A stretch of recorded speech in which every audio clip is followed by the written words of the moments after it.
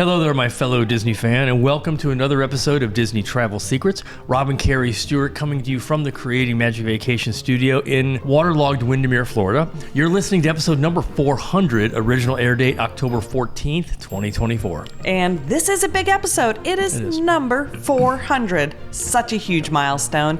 And something we never really thought of when we started the show back in March of 2017. So thank you for listening.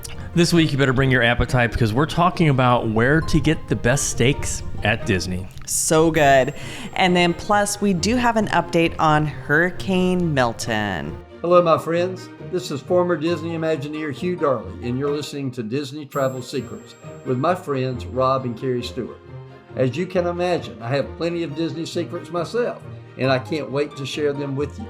Let's get this show on the road. Take it away, guys.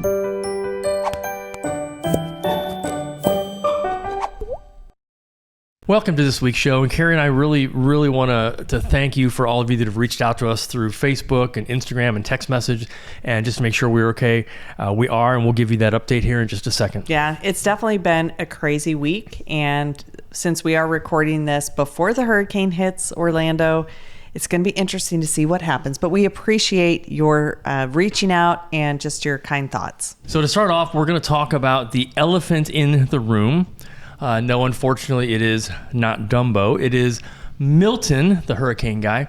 And we're recording this on Wednesday the 9th, which is pretty rare for us to record on a Wednesday evening, a little after 6 o'clock here. And we're doing that so we have time to get both the audio and video ready for YouTube, edited in time. And we don't know if we're going to lose power on Thursday, which, of course, we need for this studio. I know. I've been watching the tree outside. It's going berserk.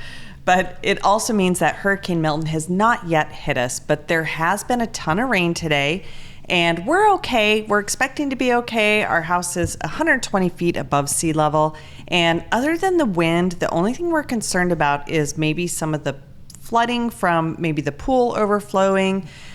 Just today, we learned how to drain some of the water, and I think I'm most concerned about some of the oak trees in our neighborhood and breaking branches. Very true. We are much safer than where we were when we lived in our condo in St. Pete. That was just 3 short years ago. We've been here for two and a half years, yeah. But 3 years ago, it was during hurricane season. And that condo flooded during Helene a few weeks ago, and we would have had to evacuate by now for this one. So we're very happy to be here in Windermere. Yeah, and we had even 2 friends that were our neighbors over there that ended up evacuating to Kissimmee. A lot of people came up here to Orlando. And this is a bad storm. So we are sending happy thoughts to anyone who is affected. And let's just hope that it does not live up to the alerts. It's been super stressful. I had to turn off Facebook, and I'm stopping the news. I don't want to watch any of that because a lot of people are going to be affected, and we will be thinking about you. Thanks again to our transportation partner, Fleet Transportation, for taking care of not just us, but also our agents and our clients. And of course, if we can help you with some reliable transportation options from MCO or Sanford Airport to your Disney resort or even a cruise, please reach out to us. We do have some exclusive rates we've negotiated for you. Which means you have to reach out to us personally so we can make that introduction. So ourselves and our agents use Fleet as our preferred private transportation option here in Central Florida. And speaking of agents, one question we get a lot is when people are thinking of joining our agency, Creating Magic Vacations, is how many hours per week do I need to spend to be a travel advisor? And that is a great question. Our goal is to help you grow your business just starting at about 5 to 10 hours a week. We're not looking for people that just want to do this as a hobby. We really want people who want to turn this into being a professional travel advisor and build their business and build their clientele. Yeah, and so with that said, we are just about to put a pause on adding new agents in 2024 because one of the things we do at the end of the year is train you to get you ready for the following year so you know exactly what it will look like now. Just head over to creatingmagicvacations.com and click on Join Our Team. Okay, big news kind of came out. Yeah, for those of you that fondly remember the ESPN Club over at Boardwalk, it is now Cake Bake or about to be Cake Bake. The walls are down. It's coming soon. And well, some leaked pricing is very controversial, more so than I think anything else I've seen, including Summer House and Haleo and all these other places that open. The common question is, will Cake Bake offer financing for their food items. Now, to be fair, we have not yet been there, but there have been some pricing that's been leaked. I don't know where they're getting, but I don't know either. It's so crazy. Okay, so here are a couple things. If you go to Cake Bake and get a baguette, just a regular baguette, they are somewhere it's been published that it is $10 at the Disney World location versus you can just go over to the France World Showcase in Epcot and it is $4. Super crazy. You could probably save money by just flying to the actual Paris in France and buying a bunch of baguettes there. But so not to mention it did take them, forever to open. Forever. And most people think like we do, they should have just kept it as the ESPN Club. I think I know why they didn't, is they didn't want people hanging out there. They want you, going in, even though they owned it and, Cake Bake is independently owned. So that's just my thought. Yeah, so this is going to be a bakery and a sit-down place that you can dine. But there were some crazy examples, and somebody had done some comparisons of if a lot of times people are like, Disney dining is very expensive, which it is a little more on the higher end. And so a couple of the things that kind of stood out is one slice of cake. Again, we haven't been, I don't know how big that slice is, but one slice was $22 to $26 is what was being advertised for the Orlando location versus you could go over to Gideon's and get a pretty nice slice for $9, which I still think is pretty expensive. Or you can go to Steakhouse 71, which we're going to talk about, and get a filet mignon and eggs and hash browns for $21. So so crazy. It's all based on where you want to spend your money. So our pro tip here is if you really want to go to Cake Bake, start saving up your money because they do not finance this place. I think my opinion is I think that the consensus is they're going to either lower their prices or they're going to be the first place to close as fast as possible, Disney, and we know they spent millions of dollars refurbishing and getting the place ready, but they're going to have to. The prices are just way too high. As soon as they do open officially, we will go there. We'll take pictures of the menu. We're not eating there. I don't know if we're going to eat there, but yeah, the menu it's not my cup of tea, but it will be very interesting to see how well they do. I didn't even mean to do that. They are going to have a tea time. Oh my God, you walked right into that. I did. Now, since we do need some distraction from all of this Hurricane Milton madness, let's go ahead and we're going to dive right into this week's topic, which is a fun one, and that is our favorite steak places at Disney. Our favorite steak joints. You call them steak joints. That's what's in the transcript. So where can you get a good steak at Disney World? There are a surprising number of places, way more here than at Disneyland. So we're going to share our favorite places. Just keep in mind, this is not a complete list by any means. So we might miss some of your favorites. And really enjoy a good steak every now and then. And without realizing it, it's kind of funny. We're just like, this is kind of a treat for us. We usually save going to these places when we want a fancier meal or it's a special occasion. And for you listening, that could be just a great meal while you're on vacation. And it's funny because anytime we go out, like if we're out meeting some of our travel reps and we go someplace that has steak, we're getting steak. Oh, you all as well. I am all about that. There are a lot of great places. I'd say both in the parks and at the resorts and also Disney Springs. So coming up with this list was not that hard at all. It really wasn't. And the downside is if you like steak, you're probably going to finish listening or watching this episode. You're probably going to want to end up having a nice steak as soon as you're done listening to this. I know I did, just because. I think the only one we have is in the freezer downstairs. No, so. I don't think that we do. But we do. It just made me realize that I saw one as we were packing ice and getting ready for the hurricane. That one's been freezer burnt. We are not having that. It's vacuum sealed. No, it is not good. So these will be in no particular order, and we will explain some of the differences from like the overall pricing, location, atmosphere, and some of the side dishes. And we even have one on the list that most people don't even think about. Yeah, that one's a sleeper for sure. Okay, yes. So let's start with the classic, Le Cellier. This place is located in Epcot, and they have a really good filet mignon. It's served with mushroom risotto. It has a truffle butter sauce.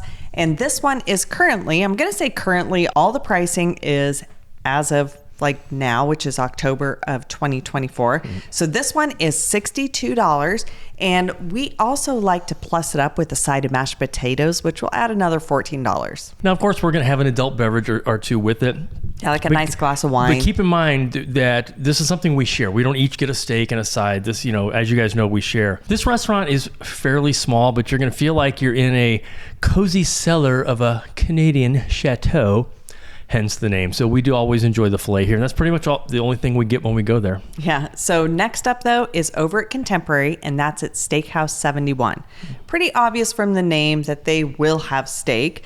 And this is also one restaurant that serves breakfast, and you can order the steak and eggs, and it is only $21. Such a good value. That's, I would say, one of our favorites. And matter of fact, we're going to be over at Contemporary this week for our Disney Agency Owners Conference. We're staying at Contemporary, so I think one of those mornings we're going to head over there. And I think it probably really is one of, if not the best breakfast deals at Disney. But you can't get steak currently during lunchtime. I know, totally interesting. But their pricing for dinner is really, I think, a great value. A 6-ounce filet mignon is $38, but comes with a side and a sauce. They also have a 10-ounce New York strip that comes in at around $36. Yeah, so I really like the filet here, but it's probably not my favorite personally out of all these options we're talking about. Unless you're going for breakfast. Yeah, but breakfast is really good. Yeah. And they do have an awesome French onion soup there. So that kind of makes up for it. The French onion soup is something we specifically will go there for, although that is not on this week's topic list. No, it is not. Moving on, the overall atmosphere is definitely more casual. It can be a bit loud.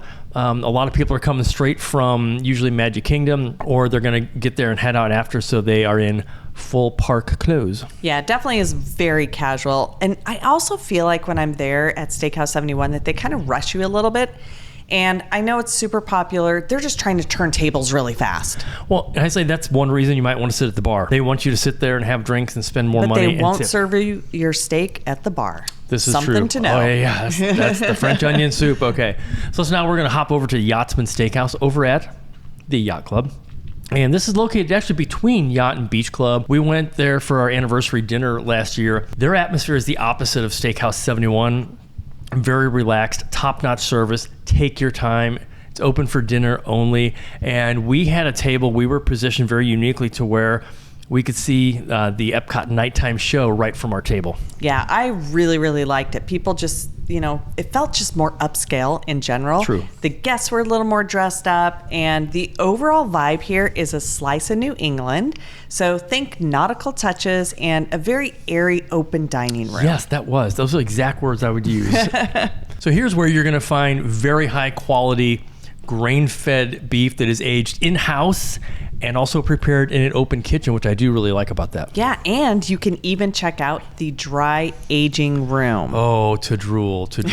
We had the 7-ounce filet here, and it came with mashed potatoes and a bordelaise sauce. It was $59, and then we did get a side, and I'm pretty sure it was asparagus. I know. I think it really was. Can't remember because what they do is they do a seasonal vegetable. Yes. They also have some other really great things, but yeah, I think you're right. I think it was asparagus.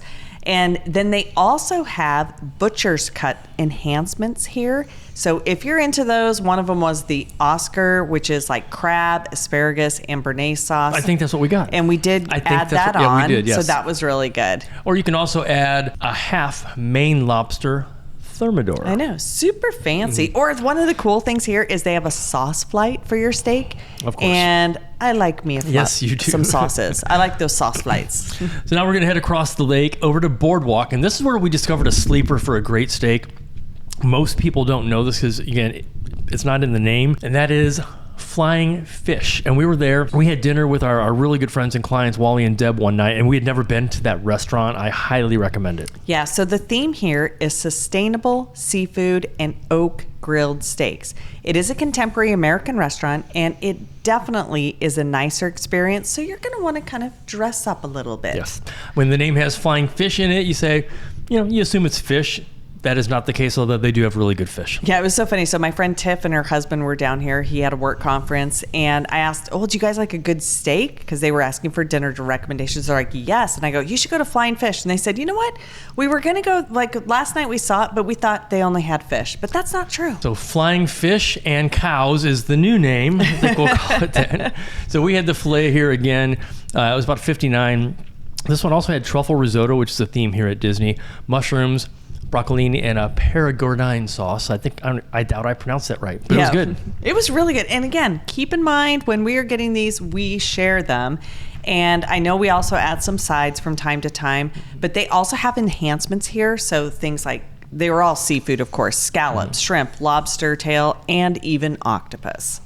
Now let's head over to Disney Springs, where another popular choice you would not think has really good steak. We've had the steak here as well, and that is the Boathouse. So this is a very popular restaurant, especially at Disney Springs. They have a really fun sunset view, waterfront dining, but lately I feel like the experience, like the service and stuff, has changed just a little. They had an overhaul of their management. They had a long-time manager there, I think since they opened, Tony. He ran it for a long time and left the business last year. But if you are looking for a good steak in Disney Springs, this is still a fantastic option. Yeah, so their menu is definitely overwhelming. It is big.